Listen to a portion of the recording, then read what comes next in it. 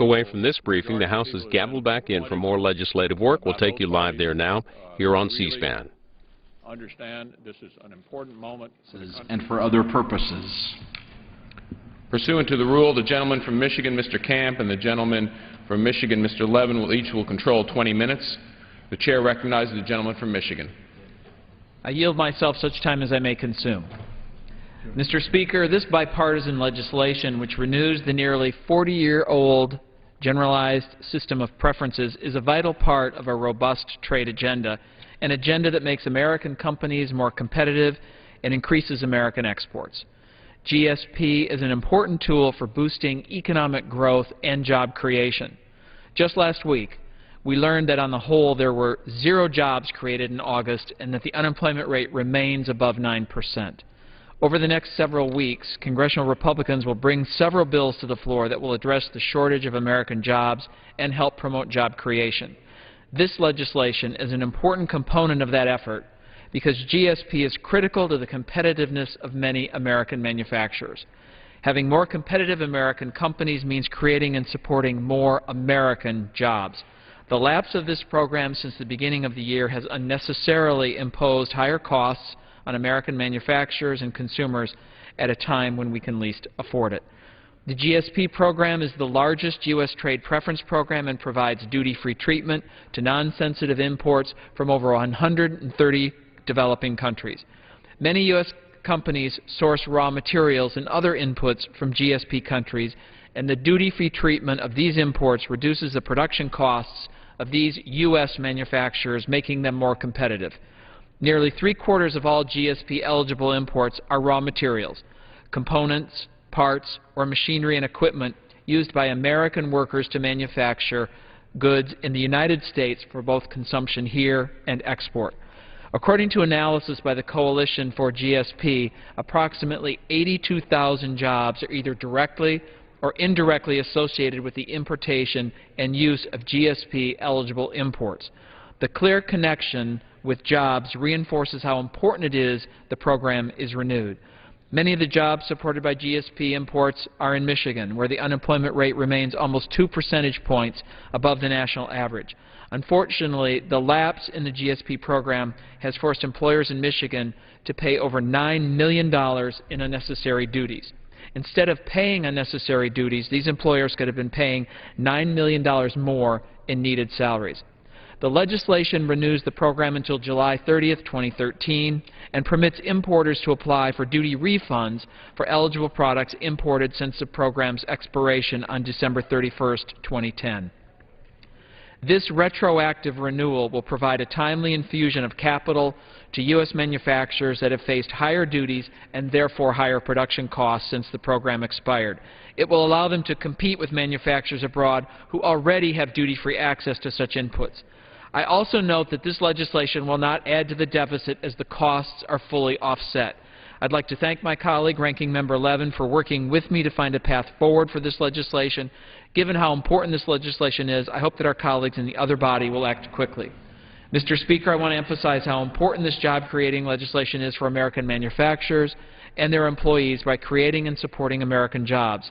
It's a valuable part of an aggressive pro-growth trade agenda, and Mr. Speaker, I urge all of my colleagues to support this bipartisan legislation, and I reserve the balance of my time. The gentleman reserves. The chair recognizes the gentleman from Michigan.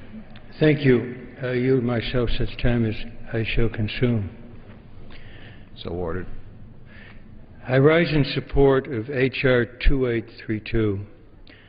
Unfortunately, today we are acting to rectify only one wrong in the Republican agenda of disregard for workers and economic recovery.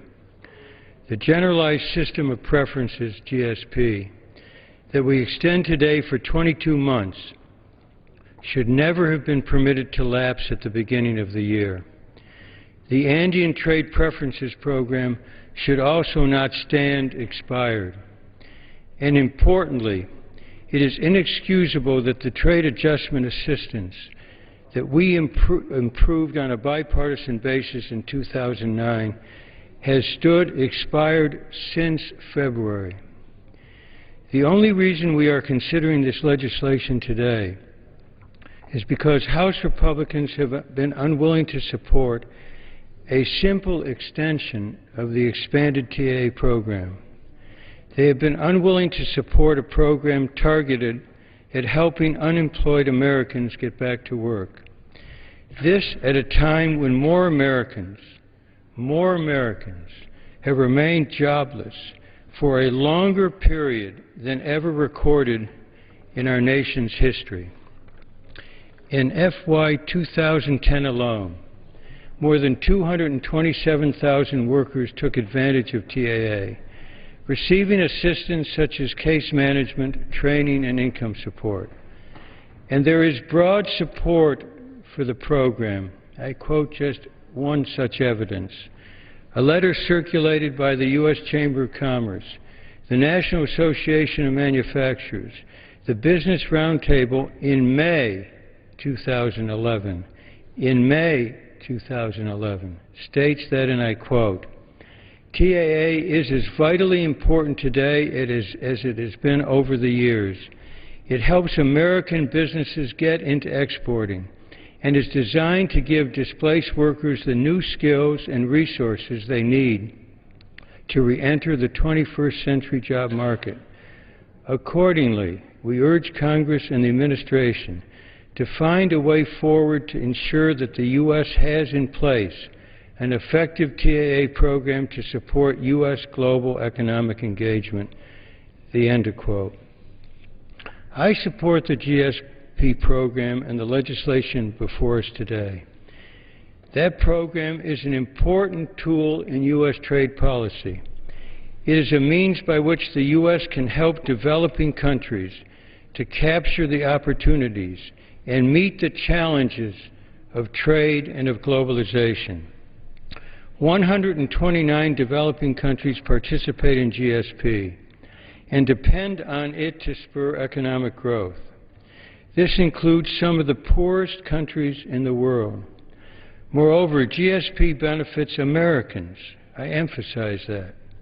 In fact, the majority of U.S. imports under GSP, approximately 65 to 75%, are inputs used to support U.S. manufacturing, including raw materials, parts and components, and machinery and equipment.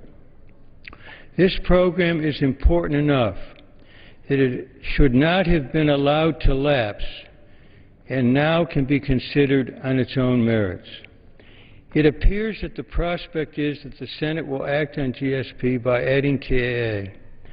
If that is the path for renewal of TAA, the Republicans have an obligation to ensure that it happens immediately as a primary action.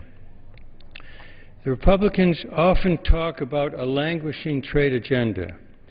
What has been languishing is action on trade items ready for action: GSP, TAA, ATPA, languishing at the hands of the Republican majority here, while action has been underway to address the shortcomings of the Bush trade agreements. I am confident that each of the free trade agreements can be considered on their own merits. Other programs, especially those vital to workers' transition during this difficult economy, should never have been held hostage. I would like now to ask that the balance of our time be managed by the ranking member on the Trade Subcommittee, Jim McDermott of Washington. Without objection. The gentleman reserves. The gentleman from Michigan is recognized. Thank you, Mr. Speaker. I yield 2 minutes to the distinguished gentleman from Alabama. The gentleman from Alabama is recognized. Thank you, Mr. Speaker. It is evident that our country is in a desperate need of jobs. And I rise today to bring light on an issue that could cost literally hundreds of jobs in America. Currently, there is a flaw in the GSP, and if it's not addressed, it will cause a loss of 150 jobs in the district that I represent alone, and could cause the loss of many other jobs across the industry. Implemented back in 1974, GSP was designed to exclude import-sensitive items, and therefore exclude all textiles. However, in the early 1990s, sleeping bags, along with a long list of other items were added to GSP as eligible for duty-free import, which caused sleeping bags to be the only manufactured textile that is allowed to be imported without a 9% duty. The sleeping bags made at XL Outdoors in Haleville, Alabama are simply fabric, filling, and zipper, yet they're not treated as other textiles. Sleeping bags that are manufactured in Bangladesh, where over 90% of the value comes from materials in China, cut into America's sleeping bag sales by 20% a year. Without this modest import duty, there will be at least another 150 people who will lose their jobs unnecessarily in a region where unemployment is already over 15%. While the economy added no new jobs in August and U.S. unemployment numbers remain stagnant, this issue gives us another example of government policy that hinders job growth and retention. I want to thank the Ways and Means Committee for their time on this, for their attention, their concern regarding this matter, and for working with us as we move forward on this process to find a resolution. I'm looking forward to continuing our work with them in pursuit of a fair and common sense solution, and I yield back the balance of my time. The gentleman yields back. The gentleman from Washington is recognized. Thank you, Mr. Speaker. Mr. Speaker, I rise in support of H.R. 2832, a bill which extends the General System of Preferences, or GSP, for 22 months. Let's make it very clear what's going on here tonight. Usually, members of Congress come from all over the country on the first day of session, and we come back here and we rename post offices. So the President said, why don't I go over there on Wednesday and give a speech about jobs and about the agenda that this country ought to face? Sent a pro forma request to the leadership of the House, and they said, oh no, we have important business, we can't make room for you. The first time in history the President has been denied access to a general speech to the entire Congress. Now, then you have the problem, well, what important stuff have you got? So they come looking for a bill. So this is the bill they brought forward. It's going to pass on unanimous consent. It could have passed months ago. It should have passed months ago because it is the cornerstone of our U.S. trade and development policy and has been in place since 1976. The GSP program allows duty-free entry into the United States for lots of products coming from 129 developing countries, including some of the poorest in the world. But the poor countries are not the only ones that rely on this. As you just heard, American businesses rely on GSP to be competitive. In fact, most GSP products are import products for U.S. manufacturers. Unfortunately, GSP was allowed to lapse in December in the midst of all the anti-program, anything that the White House or anybody wanted around here, they said no. This was no. This was the Congress of no. And so it undermined the development goals of GSP. Now, this job-killing delay didn't have to happen. But like so much else, the Republicans wanted to use GSP as a hostage, no matter what the cost to U.S. businesses and consumers. Despite the damage to our economy by the Republicans, I'm supportive of finally passing GSP. And now that we're about to get this done, hopefully we can act on the other critical trade programs the Republicans have allowed to expire. In particular, I'm talking about Trade Adjustment Assistance Program, or TAA as it's known around here, which helps workers who are laid off as a result of trade. It retrains workers so they can compete better in the global environment. TAA has been in place since 1962, and the bunch running this place let it expire early last year. The expansion in 2009 has strong bipartisan support, and recently up to this past December. And with good reason, most members understand, or should understand, that to compete in a global economy, you need a globally competitive workforce.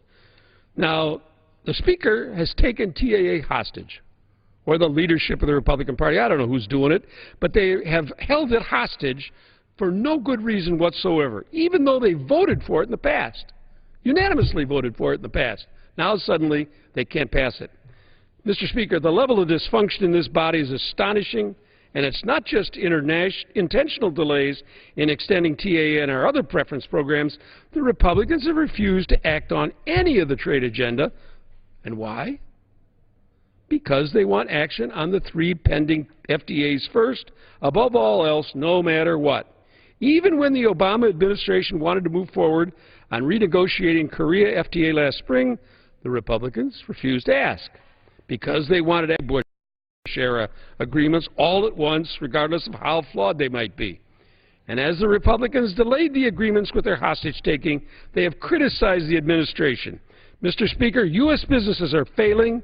They are falling behind their UE competitors who already have their agreement with Korea up and running, making contracts while we're still sitting here waiting for the leadership of the Republican Party to let it loose. Now, the Republican delay, Republicans kill jobs with their tactics, and then they blame the president. Now, they must have found out something in August when they went home, and that's why they're back here worried about jobs. We'll see about it. We'll see how serious they are.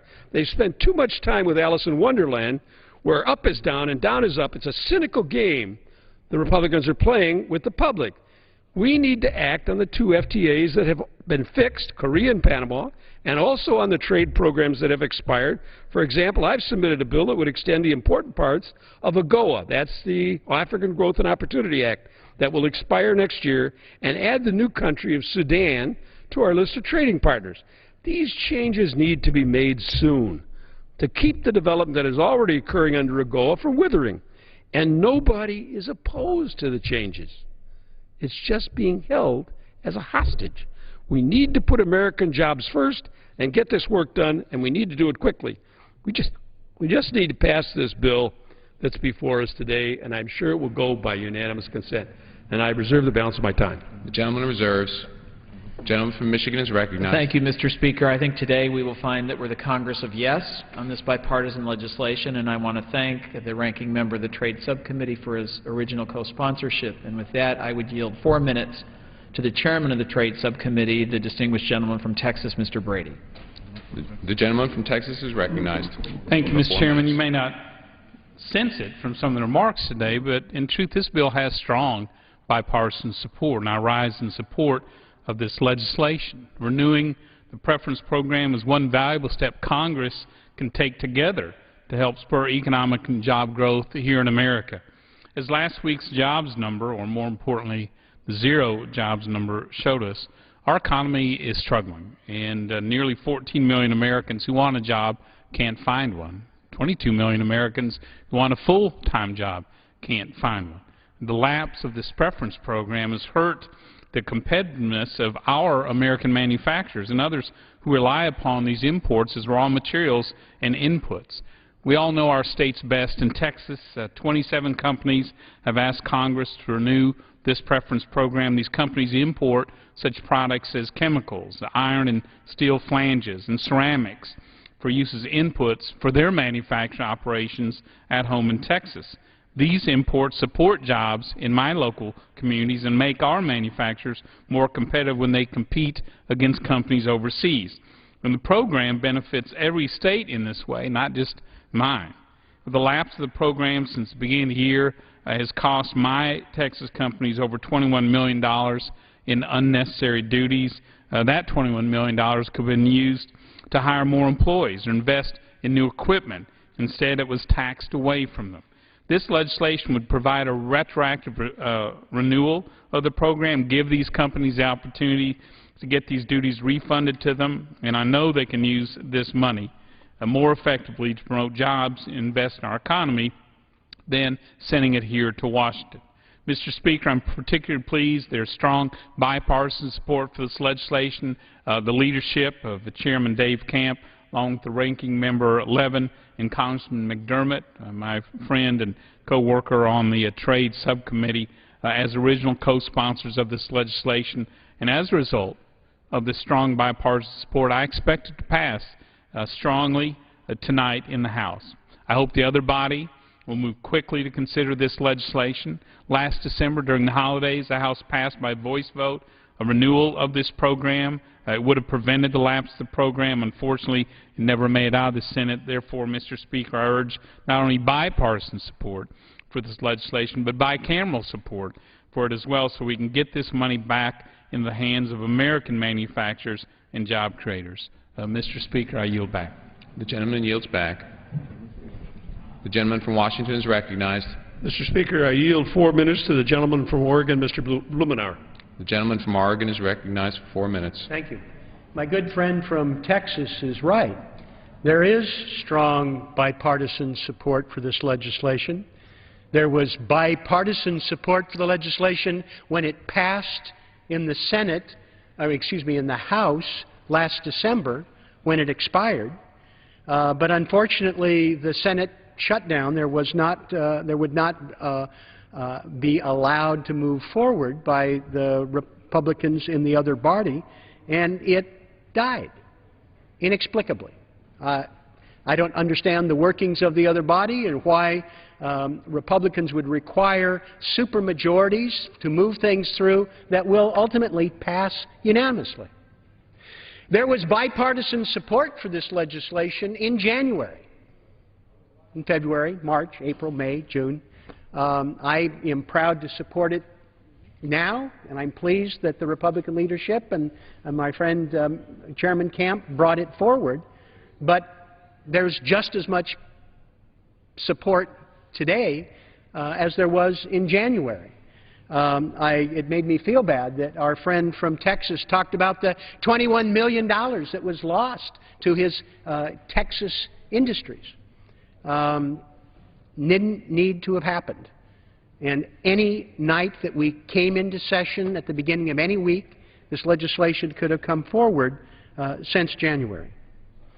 This is important, and I'm pleased we're having the discussion now. I will do anything I can to lobby people in the other body to move forward with it, but it's part of a simple bipartisan agenda where there's no objection, and these are the sorts of things that could come forward.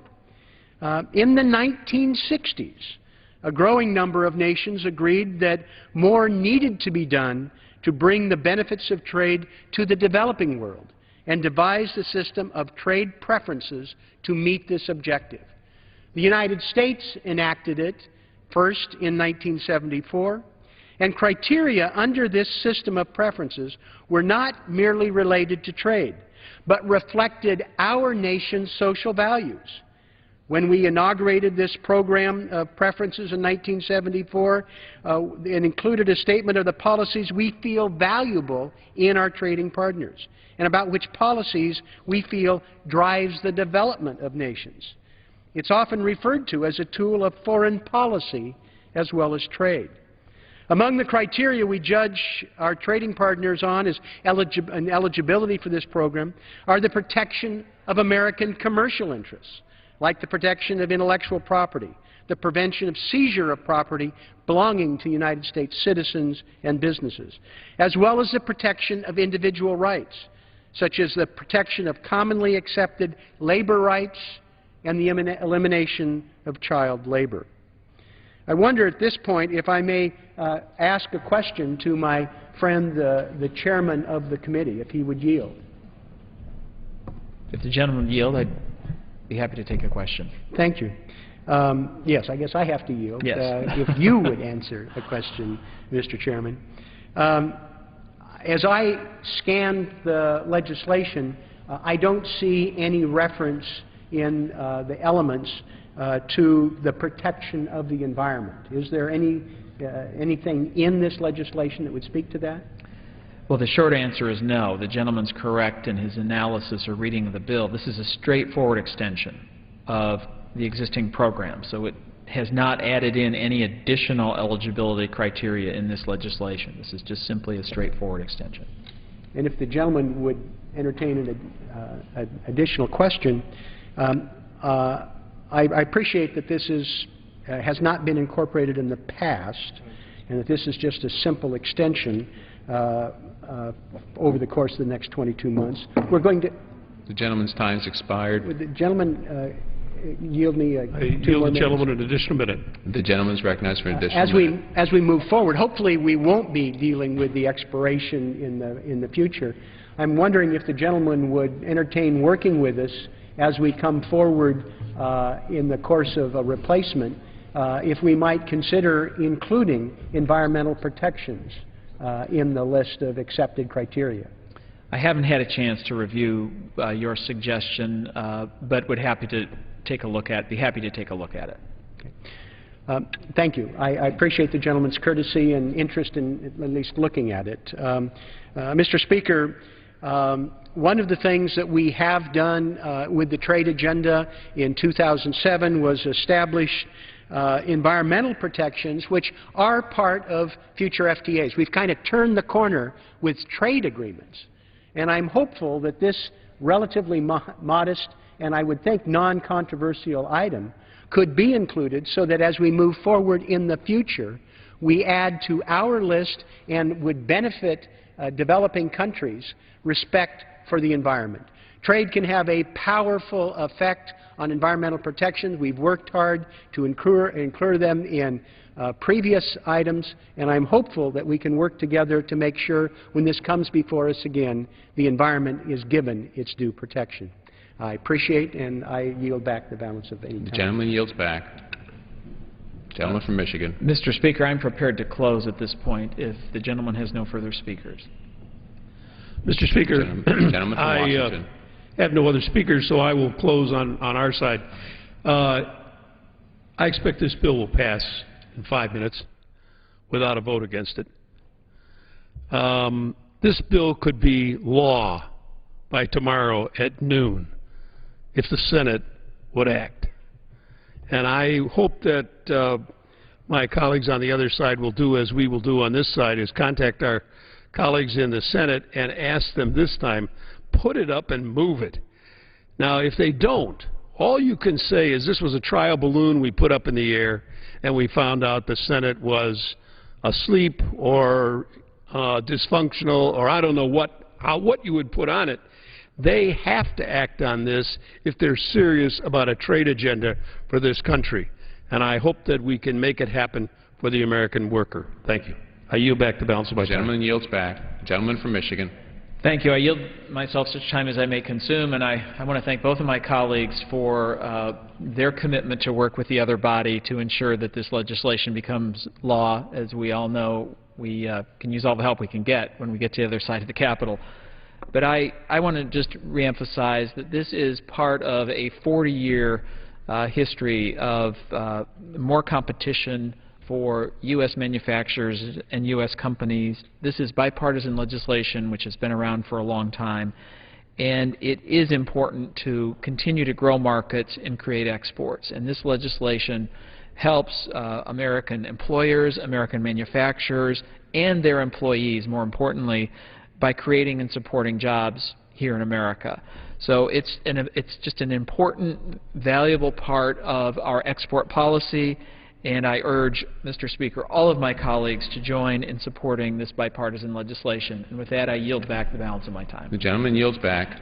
Mr. Speaker, I also ask unanimous consent that all members may have 5 legislative days in which to revise and extend their remarks and include extraneous material on H.R. 2832. Without objection. The question is, will the House suspend the rules and pass H.R. 2832? Those in favor say aye. Aye. Those opposed, no. In the opinion of the Chair, 2/3 being in the affirmative, the rules are suspended, the bill is passed, and without objection, the motion to reconsider is laid on the table.